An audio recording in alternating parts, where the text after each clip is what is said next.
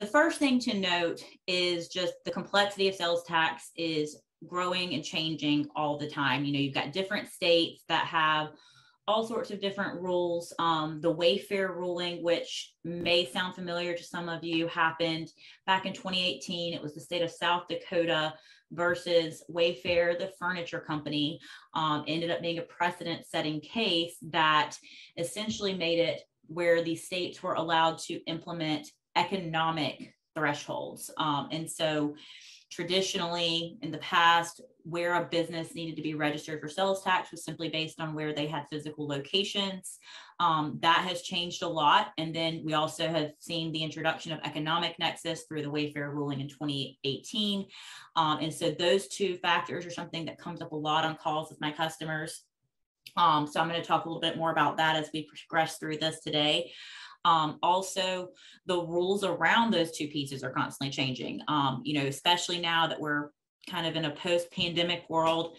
The states have, you know, lost revenue, just like a lot of businesses have lost revenue. And so these rules are changing so that they can sort of take advantage of trying to recoup some of that lost revenue. And then, you know, with all of that, the cost of compliance is increasing. It's costing businesses a lot more to try to keep up with all these changes and make sure that they are in compliance.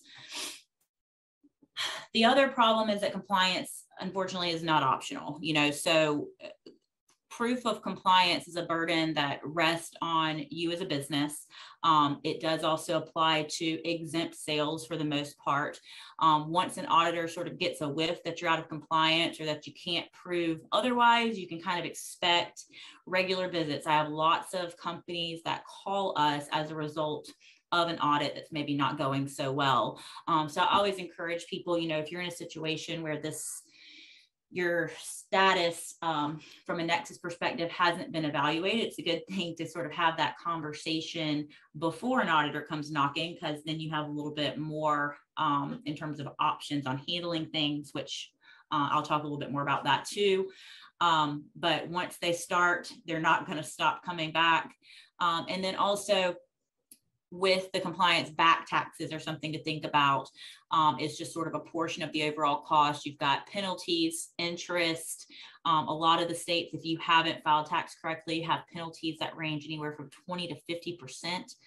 So it can get really expensive if you are not keeping up with this. So again, it's really a good idea to sort of, you know, have an evaluation of this before somebody comes knocking.